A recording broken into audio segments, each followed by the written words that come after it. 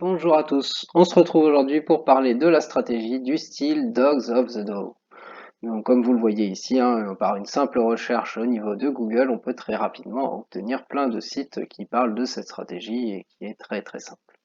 Cette stratégie, c'est une stratégie qui est très axée sur les dividendes, comme beaucoup de stratégies que nous avons vues récemment, sur les forts dividendes, sur les dividendes aristocrates, sur comment obtenir des dividendes mensuellement. Donc c'est encore une stratégie qui va être axée sur ce cadre-là. Dans cette vidéo, nous allons voir la stratégie, le style tel qu'il est décrit initialement. Nous verrons différentes variantes, différents avantages, inconvénients et résultats de toutes ces stratégies et variantes sur les dernières années, sur les 50 dernières années même. Et nous verrons ensuite aussi comment nous pouvons faire dans ces variantes une application du côté de l'Europe sur d'autres indices que le Dow Jones, tels que l'Eurostoxx 50 ou le CAC 40 par exemple. Le grand principe de cette stratégie des Dogs of the Dow, c'est une stratégie de placement qui a été popularisée par Michael Higgins dans son livre Beating the Dow, et c'est sa simplicité qui est l'une des ses qualités les plus séduisantes. En effet, le principe, c'est quoi? C'est que vous prenez les 10 sociétés dont le taux de dividende est le plus élevé parmi les 30 sociétés de l'indice Dow Jones. Donc du coup, c'est vraiment très simple. On prend vraiment parmi un indice qui est très restreint, et c'est pour ça que j'ai parlé du côté de l'Europe, de l'Eurostoxx 50 ou du CAC 40, on pourrait prendre le DAX 40 aussi, et on prend uniquement les 10 sociétés qui versent le plus de rendement parmi ces sociétés. Dans la stratégie, il faut aussi que le portefeuille soit toujours réparti de manière équitable entre ces 10 titres. Donc une fois qu'on a sélectionné les 10 titres qui versent le plus haut de rendement par rapport à l'année précédente, bien sûr, puisque ça se fait généralement au début d'année, après vous pouvez l'adapter. Mais du coup, on prend les 10 titres qui ont le plus de rendement et on fait équitablement notre montant d'argent qu'on souhaitait diviser, par exemple 10 000 euros, et bien on met 1 000 euros sur chaque titre. Donc là, bien sûr, soit vous passez par des fractions d'actions et vous avez pile poil 1 000 euros sur chaque titre, ou à peu près, soit vous passez par des actions entières et du coup, il faut se rapprocher du montant que vous souhaitez. Du coup, ça donne aussi le fait que c'est un investissement sur un an et à chaque fois, la gestion elle est relativement passive puisque c'est juste regarder l'année d'après quels sont les dogs à choisir, quels sont les titres à choisir. Et donc, du coup, la première année, certes, on en prend 10 dans cette méthode, mais la deuxième année, eh bien, soit on en supprime quelques-uns. Vous voyez, c'est pas plus de 2 à 4 titres qui changent chaque année. Deux choses pour lesquelles ça change, c'est le taux de dividende qui a diminué. Alors c'est pas forcément que le montant a diminué, mais ça peut être que l'action a bien performé, puisque c'est un des trucs de la stratégie. C'est pas uniquement basé fort dividende, c'est fort dividende, mais aussi réévaluation de l'action. Et donc si le rendement a diminué, eh bien elle va le sortir du top 10 de l'indice, donc de l'indice Dow Jones dans la stratégie de base. Ou alors, sinon, eh bien, c'est que la société, elle est carrément sortie de l'indice par l'émetteur, et donc du coup, là, elle ne fait plus partie du tout de l'indice, et donc du coup, forcément, elle va être changée. Les prémices de ce style de placement, de cette stratégie, c'est de prendre finalement les retardataires du Dow Jones. Donc des actions qui sont en défaveur, donc qui vont être davantage value, généralement c'est des termes qu'on va entendre, et c'est quand même des entreprises qui sont saines car elles font partie de l'indice. Ça, c'est l'idée d'avoir des indices qui sont restreints, donc on prend pas sur le SP500, on prend pas sur le Stoxx Europe 600 par exemple, ou même sur le MSCI World, on le prend vraiment sur des indices plus restreints et donc qui sont censés être avec des entreprises plus saines. Et donc du coup, c'est pour ça qu'on va aller se baser sur le Dow Jones 30 par exemple, ou du côté de la France le CAC 40, mais là c'est aussi pour profiter des avantages du PEA et de la non-fiscalité des dividendes dans le cadre du PEA, du côté de la France, ou par exemple on peut aller sur les méga caps européennes et donc prendre l'Eurostoxx 50 pour faire cette stratégie. L'idée c'est en théorie que du coup, moi, c'est pour ça que c'est basé, c'est que comme ces entreprises ont sous-performé l'année d'avant, entre guillemets, ou avec le rendement, basé sur le rendement, cette sous-évaluation, eh bien le marché aura tendance à les réévaluer correctement et donc à les faire surperformer l'année où on va les avoir nous en portefeuille. Donc du coup, il faut juste faire ça. Et comme ce sont à chaque fois des titres fiables et solides, et bien on reste dans tous les cas sur une stratégie où même si il y a des années où ça ne surperforme pas, et bien nous restons sur avec un bilan solide, des entreprises fiables et donc du coup des gains au niveau de la stratégie. Différentes variantes de cette stratégie des Dogs of the Dow existent. L'idée, c'est d'aller encore chercher plus de rendement en moyenne et donc de faire une stratégie encore plus fructueuse. Et donc cette stratégie, la première, c'est le Dow 5 ou le Dow 5 ici. Et là, ici, l'idée, c'est de se centrer sur 5 titres du Dow Jones dont le prix est le plus bas. Donc là, on va même pas chercher à avoir celles qui ont on prend d'abord, hein, bien sûr, le DOXX 10, donc on prend vraiment le DOXX 10, je vous rappelle, c'est ici les 10 actions du Dow Jones qui présentent le meilleur rendement boursier. Et parmi ces DOXX 10, on va prendre les 5 actions des DOGS qui se négocient au cours le plus bas. Donc on prend la sélection de 10 et ensuite on regarde le cours le plus bas, vraiment au prix unitaire, hein, et du coup on prend ces 5 actions-là. L'idée c'est de se dire comme le prix est le plus bas, c'est aussi celles qui vont remonter, c'est en tout cas les prémices et ce sur quoi c'est basé. Stratégie suivante, là on prend un dos fort, 4 actions seulement. Donc là c'est toujours pareil, c'est on fait les deux choses d'avant, mais parmi celles du dos 5, cette fois-ci on va enlever la moins chère des 5, parce que ben, des fois c'est celle qui va avoir tendance à être un peu moins bonne, donc c'est comme ça que l'idée c'est, bon, faut pas quand même prendre une entreprise qui deviendrait plus fragile entre guillemets, même si je vous rappelle que on est censé être sur un indice assez restreint et donc sur des entreprises qui sont relativement fiables. Donc on prend les Dogs, on prend le Dow 5 et on prend les 4 actions du Dow 5 qui se négocient au cours le plus haut. Ensuite, il y a le Foolish 4. Donc là, 4 actions aussi. Donc là, l'idée, c'est vraiment de la répartition. Donc on va prendre les 4 actions du Dow 4. On prend toujours le Dox 10, le Dow 5, le Dow 4. Et là, par contre, c'est juste une répartition au niveau des titres. Et donc, du coup, on va consacrer 40% du portefeuille au titre qui est le moins bien coté, donc avec la valeur unitaire la plus basse, et on fait du 20% sur les trois autres. Comme ça, on a du 100%, mais avec une répartition qui est un peu différente. L'idée, c'est de se dire que le cours le plus bas du Dow fort va surperformer les autres généralement. Donc voilà, on le voit ici, hein, les 40, qui est rappelé, hein, les actions du Dow 4, 40% sur le titre le plus bas et 20% sur chacun des autres. L'idée de tout ça, c'est effectivement d'être plus performant, et vous le voyez, le rendement moyen qui a été effectué de 1973 à 1996 dans le tableau ici, eh bien, à chaque fois, les stratégies, les variantes de cette stratégie, de ce style initial des Dogs of the Dow, ont surperformé là, au niveau moyen, en tout cas, la stratégie initiale et encore plus l'indice Dow Jones.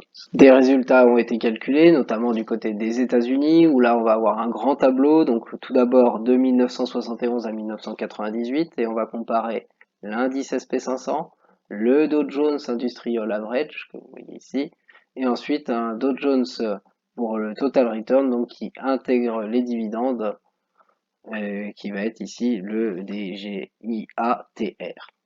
Alors que lui n'intègre pas les dividendes, hein, au niveau du Dow Jones, c'est exactement comme le CAC 40. Et ensuite, on va le comparer avec les Dow 10, donc le Dow 10, le Dow 5 et le PPP. Le PPP, alors là, c'est vraiment très très restreint, c'est une unique action, on peut le voir ici, puisqu'ici c'est rappeler les stratégies, et là c'est un portefeuille d'un seul titre, donc on trie le Dow 5, et parmi le Dow 5, dans l'ordre croissant de leur prix, on choisit le second de la liste. Donc là, attention à votre gestion globale de portefeuille, de vos différentes stratégies, etc. Puisque si vous choisissez une stratégie avec une seule valeur comme ça, à ne pas être 100%, à ne pas être vraiment trop restreint sur cette stratégie, ou en tout cas, faites-le en conscience. Du côté des résultats, donc du coup de 1971 à 1998 dans le tableau, eh bien on voit pas mal de vert, hein, sur la droite, donc plutôt les variantes et la stratégie, le style des Dogs of the Dow qui surperforment, mais pas tout le temps, tout le temps. Il y a quand même du rouge, hein, donc c'est pas infaillible. Mais au niveau rendement moyen annualisé, eh bien on voit que la partie verte elle est à droite, et donc c'est bien une surperformance des Dogs et des deux variantes qui sont indiquées ici. Ils ont fait la même étude sur 99 à 2021. Donc on a toujours la même chose, on enlève la stratégie avec le PPP qui est centré sur une seule action. Mais sinon c'est vraiment la même chose et en utilisant un tracker au niveau de la troisième colonne pour le versement des dividendes, euh, pour une réintégration des dividendes en tout cas. Et donc du coup, voilà le tableau pour ces années beaucoup plus récentes, hein, les 22 dernières années. Et donc du coup, dans ce tableau-là, eh bien c'est moins visible comme ça, hein. Il y a du rouge et du vert un peu des deux côtés. Et au niveau du bilan du rendement annualisé, eh bien on voit que celui qui a surperformé cette fois-ci, c'est le tracker, c'est l'ETF avec les dividendes réinvestis sur le Dow Jones. Alors c'est pas une grosse surperformance, mais c'est à noter et ça montre que la méthode elle n'est pas infaillible. Bien sûr, on met à chaque fois sur la grande période, donc là on a 50 ans cette fois-ci, et le rendement annualisé sur la grande période, et bien là par contre c'est une stratégie qui surperforme les indices de référence, et les indices de référence même avec les dividendes réinvestis. Donc on a quand même une belle surperformance en rendement annualisé, hein, donc ça fait une belle différence cumulée. Même étude de résultats du côté de la France, donc sur le CAC 40 cette fois-ci sur la période 1999-2021, et donc là ils prennent l'indice CAC 40 nu, donc comme pour le Dow Jones c'est un indice qui ne réinvestit pas les dividendes, on prend du coup un ETF qui réinvestit les dividendes, un total return, et on le compare au DOXX 10 du CAC 40, au DOXX 5 du CAC 40 et à la stratégie avec une unique action du côté du CAC 40. Là, on voit beaucoup de vert sur la droite, c'est très très visible hein, sur les dernières années sur le CAC 40, sur les 23 dernières années.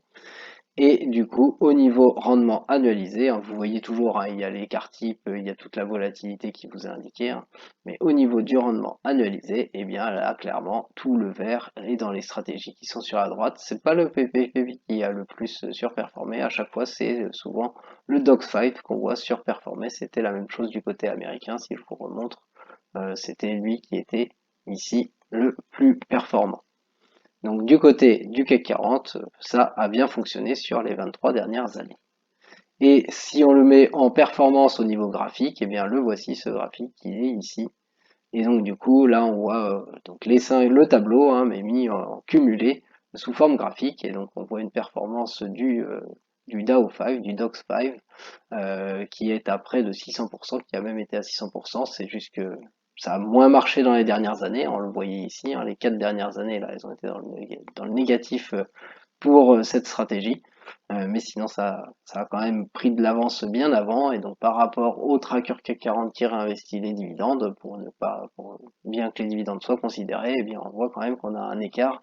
On a 300%, un peu plus de 300% en 23 ans pour le tracker, et on a près un peu moins de 600% pour le Doc5.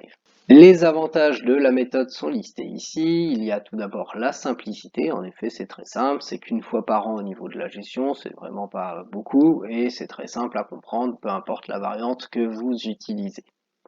Une économie de temps puisque bah, ça c'est effectivement assez passif. C'est vraiment une fois par an qu'on regarde les actions et qu'on refait son portefeuille. Donc vraiment très simple à mettre en œuvre au niveau du temps.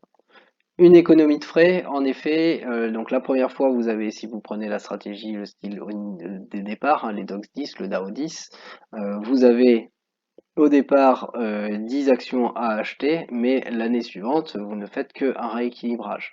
Et si vous décidez de faire un rééquilibrage au niveau des coûts pour tout remettre équivalent, là vous allez effectivement avoir plusieurs transactions. Mais si vous ne décidez même pas ça, et que vous le faites plutôt à la hausse, c'est-à-dire que vous prenez celui qui a le mieux performé, par exemple, vous avez mis 1000 euros dans chaque action, et celle qui a le mieux performé arrive à 1300 par exemple, et bien vous faites en sorte que la deuxième année tout elle soit à 1300 et donc du coup vous éliminez une certaine partie des frais, une certaine partie des transactions qui vont être faites. Bon, par contre, par rapport à quelqu'un qui ferait, il fait du all-in sur l'ETF du Dow Jones par exemple, chaque année, eh bien, effectivement, lui, il aura qu'une transaction et donc peut-être encore moins de frais. Tout ça, ça dépend. Mais en tout cas, il faut se dire qu'il n'y a pas beaucoup d'allers-retours, c'est pas une stratégie en swing trading, c'est pas du trading même plus court terme ou un portefeuille qu'on réévalue tous les mois. Peu importe, c'est par rapport à tout ce qui est plus court. Donc du coup, eh bien, ça engendre moins de frais. Et enfin, il y a ce qu'ils appellent du côté anglo-saxon en tout cas, Grid and Fear Bulletproof, c'est-à-dire que c'est une stratégie où pendant un an normalement vous n'avez pas à vous intéresser à votre portefeuille et donc du coup vous pouvez vous tenir complètement loin des marchés. Alors tout ça c'est très important, notamment en cette période de volatilité qui a commencé en fin d'année 2021. On est sorti de la période très facile, on va dire, si vous avez connu que le marché boursier en 2020, avril 2020, on va dire, après pandémie, jusqu'à fin 2021. C'était très facile, il y avait très peu de volatilité, c'était très haussier, donc c'était très facile, même si c'était presque, même si vous prenez les mauvais titres, même si vous preniez les mauvaises décisions, vous étiez gagnant. Là, on rentre dans une période où ça va plus être le cas, ça risque de ne plus être le cas. On a eu toute une rotation vers la value qui a commencé, je dirais, fin novembre, début décembre de l'année dernière, en 2021.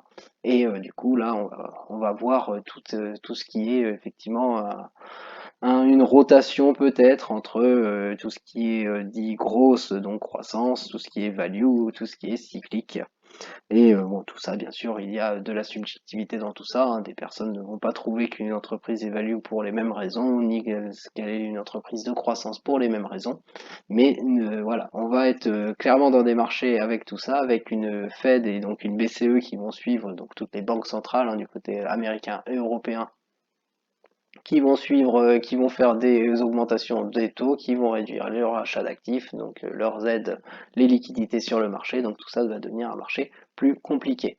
Donc tout ça pour en revenir à ce dernier avantage de la méthode, c'est une méthode où il faut être à l'aise avec, mais si vous êtes à l'aise avec des méthodes comme ça, ou peu importe même si votre méthode, si votre investissement et vous savez que vous n'allez pas regarder votre action pendant un an parce que c'est votre décision, eh bien écartez-vous des marchés. Faites-le, c'est vraiment très important et ça c'est valable pour tous vos investissements. Exactement comme on ne regarde généralement pas le prix de son appartement si vous avez acheté un appartement, que ce soit en résidence principale ou pour le louer, peu importe, vous ne le regardez pas tous les jours. Et bien là, réussissez à vous mettre dans ce mode-là aussi, dans cette psychologie-là. C'est très important et c'est ce qui va vous faire performer. Comme pour toute méthode, comme toute stratégie du côté des marchés boursiers, même des investissements, il y a des inconvénients. Tout d'abord, la faible diversification. Nous sommes en effet tout d'abord sur des indices qui sont restreints, donc le Dow Jones pour la méthode initiale, et donc sur déjà 30 actions qui sont sélectionnées, donc qui sont censées être fiables, saines, mais du coup ça enlève de la diversification. Et en plus de tout ça, dans toutes les variantes, vous voyez qu'on restreint encore plus, et donc du coup on restreint encore cette diversification. Donc ça, il faut être effectivement à l'aise avec cette absence de diversification et donc cette concentration. Il va y avoir de la volatilité élevée, ça effectivement cela se voit généralement avec cette stratégie, en tout cas du côté du Dow Jones, du côté des États-Unis, la volatilité des titres qui sont choisis est plus élevée. Donc il faut être à l'aise avec ça, à l'aise avec le fait que le portefeuille va davantage bouger, mais comme je vous l'ai dit avant avec justement le Green and Fear Bulletproof, essayez quand vous êtes sur des stratégies comme ça de ne pas aller regarder vos portefeuilles tous les jours, ou si vous le faites, c'est pas forcément dramatique. Sachez bien que vous regardez juste et vous ne prendrez aucune décision. Mais soyez vraiment très à l'aise avec ça pour ne pas passer en mode panique, pour ne pas passer en mode FOMO, pour ne pas passer en mode tout ça et ne pas changer votre stratégie inutilement alors qu'elle fonctionne. Et enfin, bah, malheureusement, comme toute stratégie, il n'y a aucune garantie du fait que les résultats futurs vont être à la hauteur des résultats passés. On voit toujours les stratégies, on les backteste toujours sur le passé, mais dans quel monde allons-nous vivre la prochaine décennie jusqu'en 2030 et même plus? Eh bien, c'est un gros point d'interrogation. Est-ce que les techs vont encore surperformer comme elles ont surperformé sur les 10, on va dire, ouais, les 10 dernières années, même un peu plus? Est-ce que nous allons passer dans un monde où c'est les values et les cycliques qui vont reprendre le dessus? Tout ça avec de la subjectivité sur qu'est-ce qui est value, qu'est-ce qui est cyclique, qu'est-ce qui est tech. Donc du coup, tout ça, ça fait que nous ne savons comme pour aucune stratégie si il n'y a aucune garantie que les résultats soient bons, ou en tout cas que ça surperforme. Par contre, ce qui est sûr, et quasiment sûr, c'est que en faisant attention à votre méthodologie sur les marchés, en faisant attention à vos critères, eh bien vous avez davantage de chances de surperformer d'un côté, et de l'autre côté, eh bien en tout cas de ne pas faire de bourde et de ne pas perdre votre capital et de l'augmenter, même d'avoir des performances intéressantes. Et donc tout ça c'est positif par rapport à l'inflation ou par rapport à de l'argent que vous n'auriez rien fait avec, vous l'auriez épargné, voire même pire, dépensé. Puisque c'est une stratégie qui est quand même axée fort dividende, comparons-la avec les avantages, les inconvénients et les différents choix de cette stratégie fort dividende, que ce soit du côté du CTO ou du PEA comme nous l'avons fait. Bien sûr, dans cette stratégie fort dividende, l'idée c'est d'avoir une rente et des revenus réguliers, et là vous allez clairement avoir ça. Donc puisque nous sommes dans le Dow 10 par exemple, donc les Dogs of the Dow, nous sommes sur des actions à fort rendement, et bien vous allez avoir ce rendement, donc vous allez avoir cette rente, vous allez avoir ces revenus réguliers. Vous pouvez très bien imaginer effectivement avec un gros portefeuille, avoir complètement ces actions qui versent des forts rendements, ces Dogs, et utiliser cet argent pour vivre. Vous pouvez aussi bien sûr le réinvestir sans vendre, ça c'est valable pour les forts dividendes, c'est valable aussi sur les Dogs of the Dow. En effet, mais par contre le réinvestir ça va être peut-être moins régulier, mais vous avez deux choix, soit vous prenez tous les rendements qui ont été versés par les Dogs et vous les réinvestissez dans les Dogs l'année suivante, mais vous pouvez aussi sortir cet argent pour le mettre sur une de vos autres stratégies, sur un de vos autres portefeuilles. Et donc, dans tous les cas, réinvestir sans vendre aucune action. Du côté des désavantages, des inconvénients, nous avions le cours de bourse et la performance à faire attention sur les actions à fort dividende, et bien là, c'est effectivement le risque. Alors le risque, il est amoindri dans les dogs, il est censé en tout cas être amoindri dans le fait que nous sommes sur des indices restreints et dans le fait que du coup, ces forts dividendes, nous avons déjà fait une sélection, nous n'allons pas prendre tous les forts dividendes qui existent sur le MSCI World par exemple, et là on risquerait de tomber sur des sociétés un peu bancales. Donc du coup, il y a quand même un critère en moins, du moins quelque chose qui vient, un garde-fou qui vient être mis ici dans la stratégie des Dogs of the Dow. Du côté de la pérennité du dividende ou de la capacité de la distribution de la société, effectivement, il y a peut-être un petit risque de tomber. Alors, quand on est sur une stratégie fort dividende, il faut faire très attention, mais dans les Dogs of the Dow, il y a peut-être un petit risque de tomber sur une société qui aurait eu un fort rendement l'année d'avant et qui ne verserait plus de dividendes l'année suivante, par exemple avec la pandémie comme nous l'avons eu du côté de l'Europe où il y a eu pas mal de coupures de dividendes vraiment ponctuelles. Mais globalement, normalement, de la même façon, le fait d'être sur un indice restreint, ça limite quand même beaucoup ce risque-là. Du côté des choix, du côté des forts dividendes, nous avions le DCA. Là, nous l'avons aussi, mais d'une autre façon. C'est un DCA annuel, donc c'est-à-dire que si vous décidez de rajouter 1000, 10 000 euros chaque année, eh bien, vous pouvez vous dire, la première année, je commence avec 10 000 euros sur mes Dogs of the Dow. La deuxième année, j'aurai 20 000 euros, et ainsi de suite, et augmenter de 10 000 euros chaque année cette stratégie. Au niveau timing, normalement sur les Dogs of the Dow, du coup, c'est une fois par an. Donc vous pouvez bien sûr faire d'autres choix. Vous pouvez faire votre propre variante si elle vous convient davantage et si elle reste simple. Restez assez simple dans vos stratégies. Généralement, c'est plus facile pour les accepter, c'est plus facile pour les appliquer. Mais au niveau timing, on pourrait très bien imaginer effectivement ne pas commencer au 1er janvier comme le dit la stratégie, mais commencer à un autre mois de l'année si ça vous va, si ça vous va mieux à la rentrée en septembre par exemple, pour X ou Y raison. Et on pourrait très bien, notamment du côté des États-Unis, si on l'applique vraiment du côté du Dow Jones industriel, l'appliquer cette méthode au niveau timing et changer par exemple les Dogs of the Dow tous les 6 mois, puisque je vous rappelle que les dividendes sont généralement versés trimestriellement sur toutes ces actions-là. Du côté européen, étant donné que les dividendes sont plutôt versés une fois par an, généralement il faut mieux pas descendre, sinon ça n'a pas trop de sens par rapport au rendement que l'on utilise. On peut, sur la durée des investissements, eh bien effectivement, on peut décider le nombre d'années où on fait stratégie, mais sinon normalement la stratégie c'est 1 an qu'il faut conserver les actions sans regarder le marché, sans faire quoi que ce soit sur les autres mouvements, sur les autres volatilités du marché. Au niveau des critères d'achat-vente, sur Effort Dividende, bien sûr, il y en avait. Là, c'est la stratégie qui nous les donne.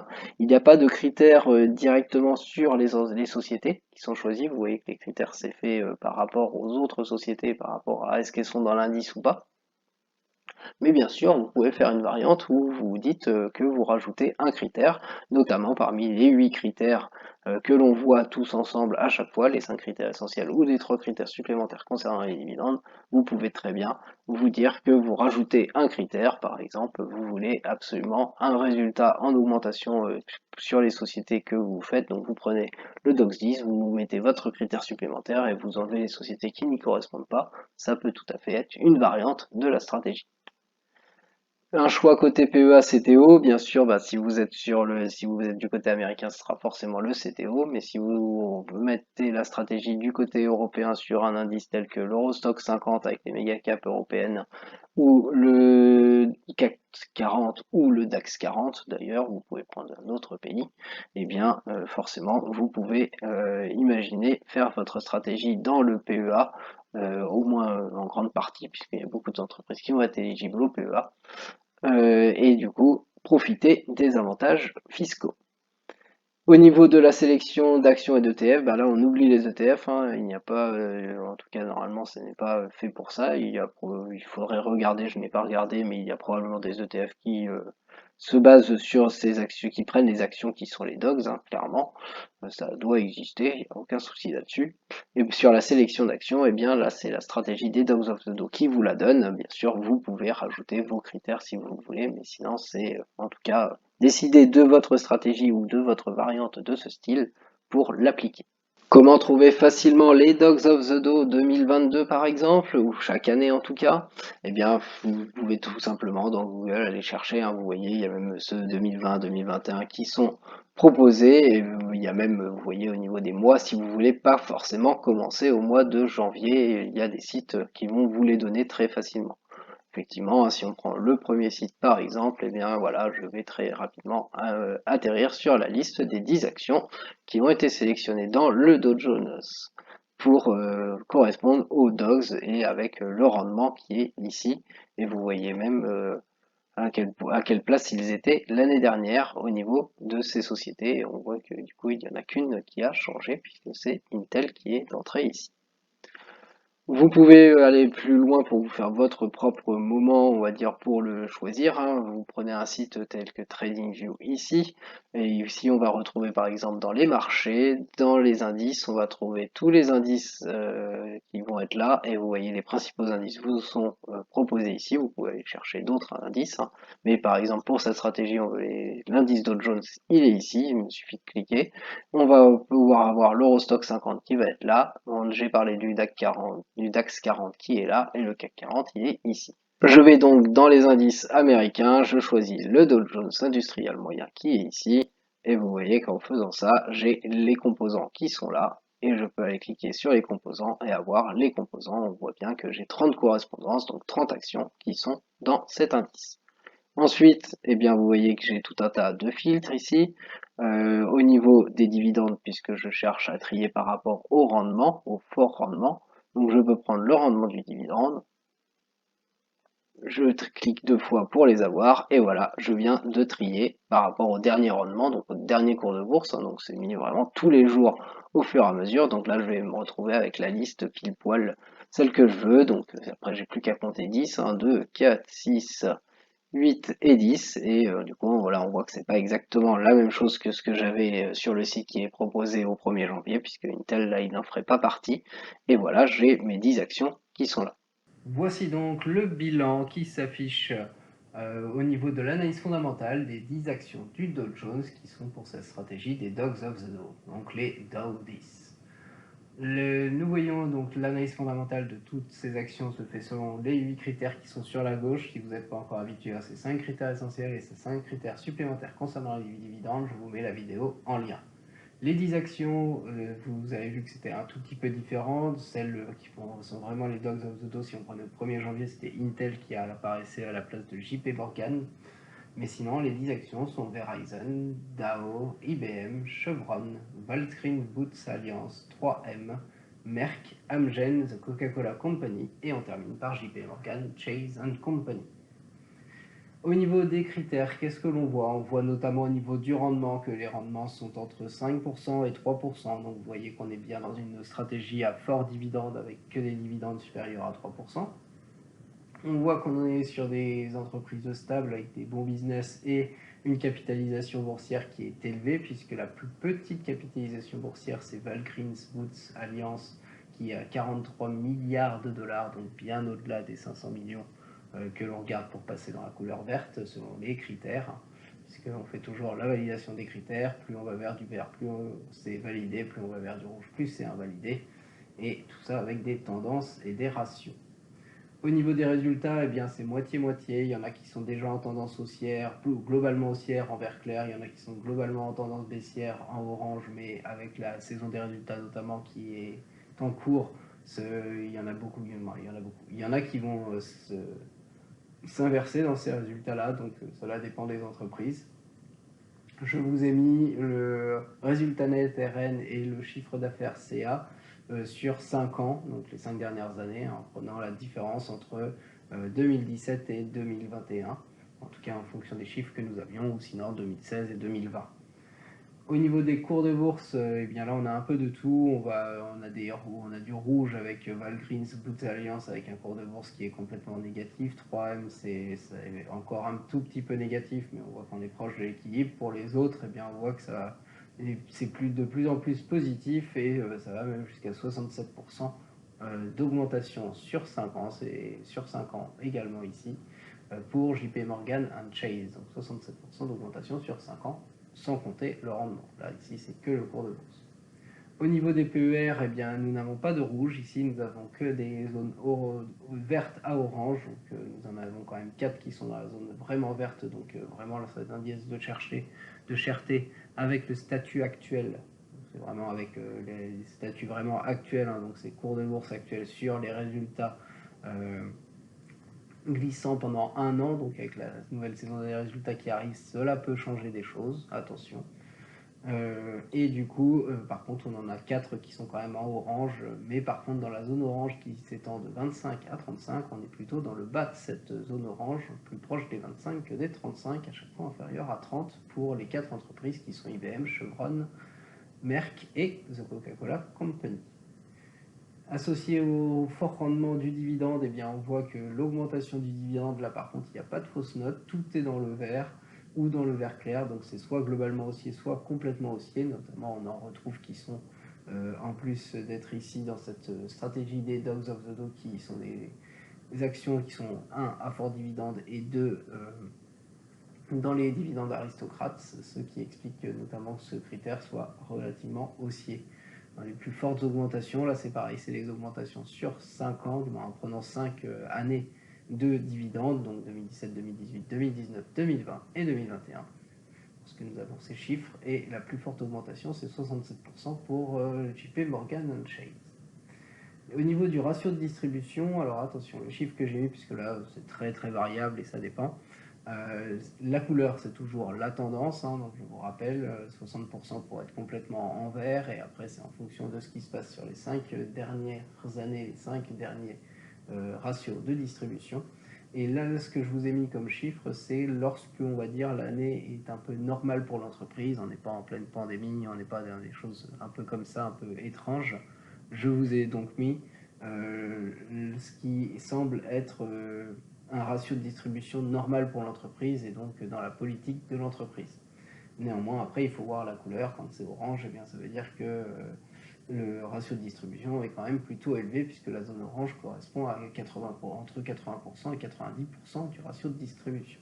Au-delà des 90%, nous sommes dans la zone rouge. Donc on n'en voit que 3 hein, qui sont en vert dans les ratios de distribution. Pour le reste, il y en a quand même pas mal qui sont en orange, et il y en a, on voit, tels que Dow, Merck ou The Coca-Cola Company qui versent quand même, qui redistribuent pas mal de leurs dividendes, même quand ils sont en bonne santé financière. Donc même quand c'est une année nominale en tout cas. Et du coup, ça donne des ratios élevés. Au niveau des dossiers, si on les regarde, eh bien, les dossiers positifs sont Verizon, puisqu'il n'y a qu'un seul critère en jaune parmi les critères essentiels. Nous avons Dow qui a lui un critère en orange qui est le résultat, mais qui devrait s'inverser parmi les critères essentiels. Pas de souci, là il y a le petit bémol de la distribution pour Dow. Nous avons parmi ces sociétés les dossiers positifs 3M que l'on voit avec uniquement le cours de bourse qui est en orange, mais qui en plus pas une très forte baisse, donc ça pourrait s'améliorer. Merck est aussi un dossier positif, là c'est le PER qui est un peu élevé, mais vous voyez qu'il n'est pas non plus catastrophique dans la zone en orange. Bien sûr, pour Merck, même chose que pour Dow, petit bémol côté ratio de distribution à vérifier, à s'assurer que ça continue dans le bon sens et pas dans le mauvais sens. The Coca-Cola Company, c'est exactement la même chose que pour Merck, avec le PER qui est un peu élevé et on voit exactement le même ratio de distribution. Ils sont vraiment, Merck et Coca-Cola, The Coca-Cola Company, au niveau des critères, sont vraiment dans la même situation. Et JP Morgan Company, vous voyez que là, que du vert, donc pas de souci pour cette compagnie-là, pas de souci à se faire. Les dossiers moins positifs, eh bien, nous voyons Amgen qui est lui un peu plus mitigé puisque nous avons à la fois un critère orange, à la fois un critère jaune. Donc il va falloir voir si avec la saison des résultats, les résultats s'améliorent, notamment au niveau du résultat net puisque l'on voit que le chiffre d'affaires lui augmente un tout petit peu. Mais du coup c'est quand même plutôt positif de ce côté-là. Mais donc du coup ça fait un dossier un peu plus mitigé. Et par contre, au niveau des dossiers où là il y a des choses à améliorer, eh bien, nous retrouvons IBM, Chevron et Valgrims Boots Alliance, où on voit que là il y a plusieurs critères à chaque fois, même si on prend en plus les ratios de distribution, qui vont rentrer dans les catégories qui ne sont pas en vert. Vous avez la possibilité d'opter pour des actions plutôt du côté de l'Europe, ou est-ce que vous préférez avoir la fiscalité du plan d'épargne en action, donc du PEA, et donc du coup on peut aller effectivement, au lieu d'aller sur les Dogs of the Dow du côté du Dow Jones, on peut aller se centrer sur des indices du côté de l'Europe, mais qui sont aussi restreints pour rester dans cette stratégie. Les quelques règles du PEA, je ne vais pas rentrer complètement dans le détail, mais je vous les rappelle. Tout d'abord, lorsque l'on ne fait pas de retrait, on voit qu'il n'y a aucune fiscalité sur les gains et les plus-values, hein, donc les dividendes et les plus-values, donc on peut réinvestir sans payer rien du tout. Le dividende, le PEA, s'il est détenu au moins 5 ans, c'est souvent le cas, hein, donc visé long terme pour le PEA, plus de 5 ans en tout cas, il sera exonéré d'impôt sur le revenu, mais il restera soumis aux prélèvements sociaux de 17,20%. Passer ce seuil, il vous permettra donc d'éviter les 12,80% de la flat tax qui ramène à 30% la flat tax complète qui est dans un CTO. Et donc du coup, vous aurez uniquement les prélèvements sociaux sur les plus-values, sur ce qui est en plus. Donc ça fait vraiment un gain au niveau fiscalité qui peut être intéressant. Je passe le cas de moins de 5 ans, mais après 5 ans, il sera aussi possible de faire un retrait sans que le PEA soit clôturé et son alimentation pourra donc continuer. Voilà ce qui peut être intéressant au niveau du PEA. Je vous rappelle que si nous sommes sur des actions étrangères du côté de l'Europe, il y a des impositions à la source. Toutes ces impositions, vous les retrouverez dans la déclaration d'impôt au niveau quand on fait la déclaration d'impôt sur le revenu, hein. Mais du coup, ces impôts à la source, c'est un prélèvement sur le dividende brut que l'on ne va pas toucher, même dans le cadre du PEA, puisque dans le cadre du PEA, même surtout dans le cadre du PEA, on y reviendra juste après, puisque c'est cette partie retenue à la source dans le cadre du PEA, on la perd et même si on n'est pas imposé sur le reste comme on l'a vu juste avant, eh bien on perd cette partie-là.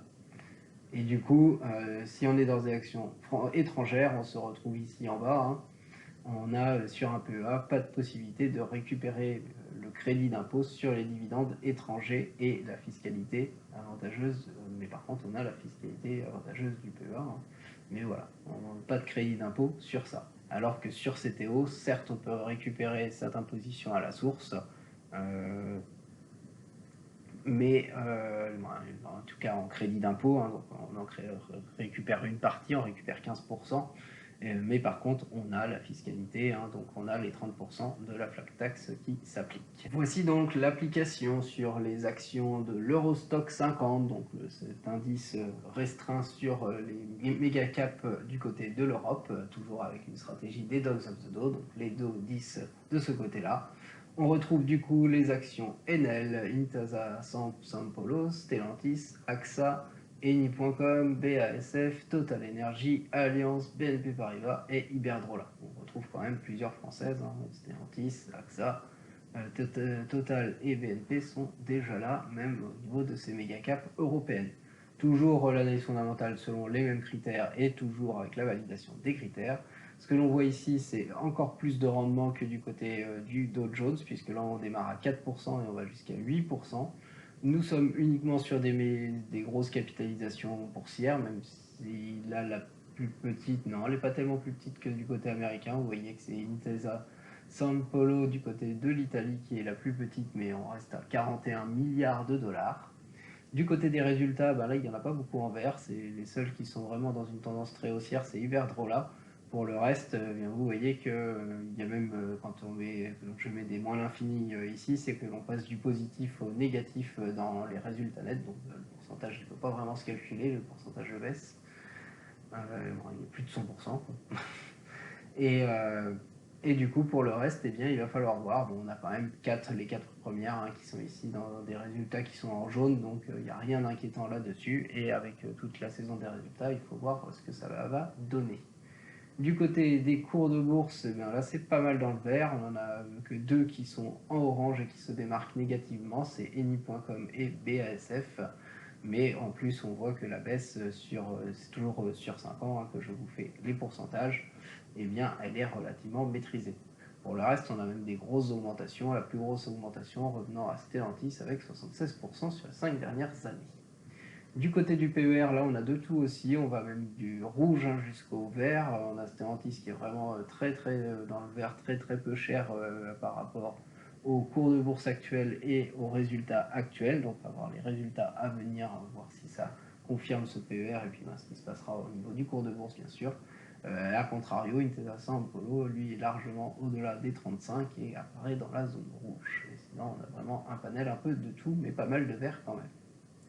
Du côté des dividendes, l'augmentation de ces dividendes, contrairement aux actions du Dow Jones, là on n'a pas que du vert. Hein, vous voyez qu'on en a 3 en orange, même si les baisses sont pas forcément énormes, mais en tout cas il y a eu effectivement des coupures de dividendes du côté de l'Europe davantage avec la pandémie, et donc aussi des baisses à ce niveau-là. Par contre, on a des actions telles que Enel où le dividende a beaucoup augmenté sur les 5 dernières années.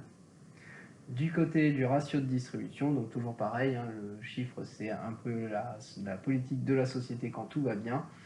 Et là, par rapport du côté des États-Unis, on voit que les politiques de distribution, en tout cas les tendances de distribution, sont quand même moins orangées que ce n'était tout à l'heure. On a quand même beaucoup plus de jaunes et de choses qui sont dans la zone moyenne, ce qui s'explique assez avec la pandémie, puisque c'est des sociétés, on voit, qui ont tendance à être en dessous des 60%, tout ça, mais qui ont eu une année un peu particulière où ils ont pioché dans leurs réserves parce qu'ils n'ont pas fait assez de bénéfices ou s'être endettés carrément s'ils n'avaient pas de réserve pour pouvoir continuer à verser leurs dividendes. En tout cas, voilà le tableau avec l'analyse fondamentale sur les 10 actions qui ressortent du côté de la stratégie des Dogs of the Dow pour l'Eurostock 50.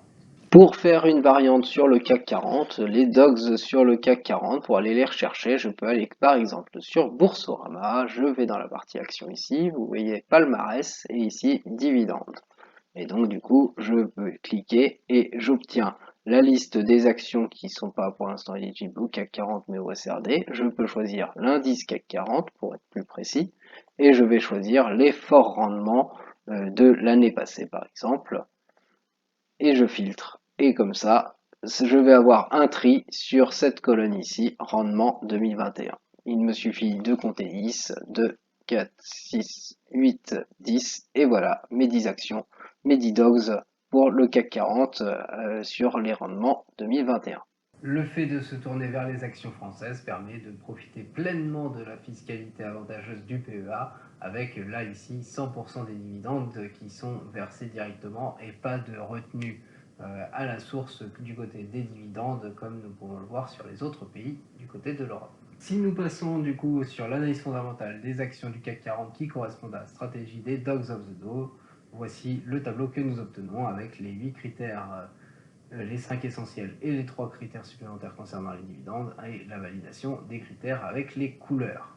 Vous voyez tout d'abord parmi les sociétés que nous avons Crédit Agricole, Orange, Stellantis, AXA, Total Energy que nous avons déjà vu dans l'Eurostock 50 qui reviennent, Bouygues, BNP Paribas qui revient aussi qui était dans l'Eurostock 50, Engie Publicis Group et là vous voyez Sanofi et non pas Société Générale. En effet, dans Boursorama, il y avait la Société Générale, mais finalement, elle n'a pas versé beaucoup de dividendes, et donc du coup, Boursorama n'a pas dû mettre à jour ses chiffres. C'est pour ça qu'elle affiche un fort dividende pour la Société Générale pour cette année. Mais par contre, j'ai bien pris du coup la suite de la liste, puisque une fois allé regarder avec les autres sites, la Société Générale n'a pas versé un fort dividende.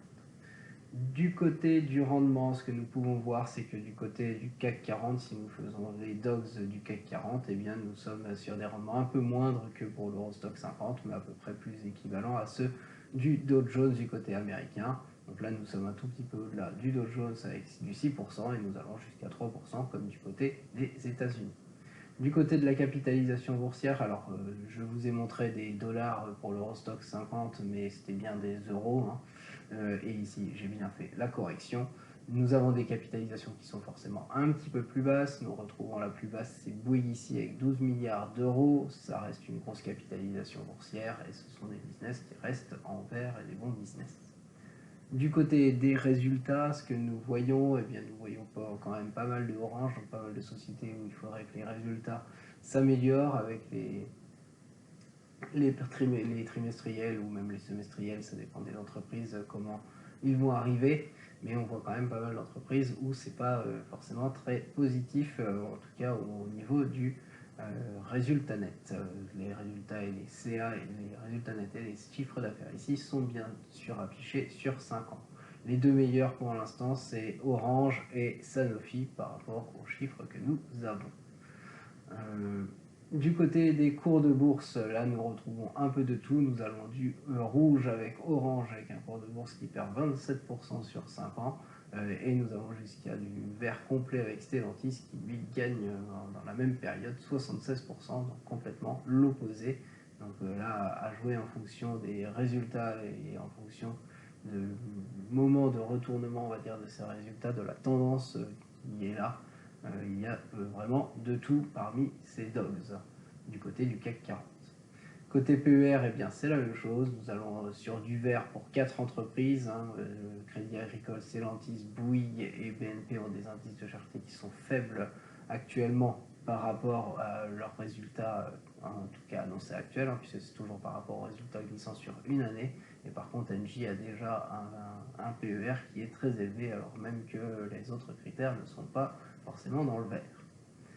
Côté dividende, en plus du rendement, nous pouvons remarquer que l'augmentation des dividendes, eh bien, c'est comme pour l'Eurostock 50, ce n'est pas pour tout le monde. Il y a du vert et il y a du orange, donc des diminutions et des augmentations. Et tout cela dépend. La plus forte augmentation, c'est Crédit Agricole qui avec 33% d'augmentation de son dividende quand on prend 5 dividendes versés. Et la plus forte diminution, c'est Engie de l'autre côté, qui reste globalement en diminution. Du côté des ratios de distribution, et bien là c'est pareil, nous avons un peu de tout, c'est plus on va dire commun avec les dogs de l'Eurostock 50, évidemment moins haut que du côté des États-Unis, sauf pour Engie où là pour l'instant eh bien ils sont pas dans une bonne situation et donc du coup les dividendes sur les dernières années ont souvent été très élevés par rapport aux bénéfices réalisés. Je vous laisse ici alors avec ce tableau, mais vous voyez qu'il y a les deux autres avant. N'hésitez pas à revenir les voir si vous voulez voir les détails des chiffres, s'il y a des entreprises qui vous intéressent pour creuser les dossiers. Et moi, je vous laisse ici pour cette vidéo. Et je ferai bien sûr, donc là ici nous sommes sur la stratégie des Dogs of the Dow et des différentes variantes que nous avons vues. Je vous ai fait les analyses fondamentales sur les actions à la fois du Dow Jones, donc le côté américain, de l'Eurostoxx 50 pour profiter de la fiscalité avantageuse du PEA et des actions du CAC 40 pour profiter en plus du fait qu'il n'y a pas d'imposition à la source sur les dividendes français des entreprises françaises. Et avec tout ça, eh bien, cela poursuit notre série de stratégies. Je vous souhaite une très bonne journée et je vous dis à très bientôt.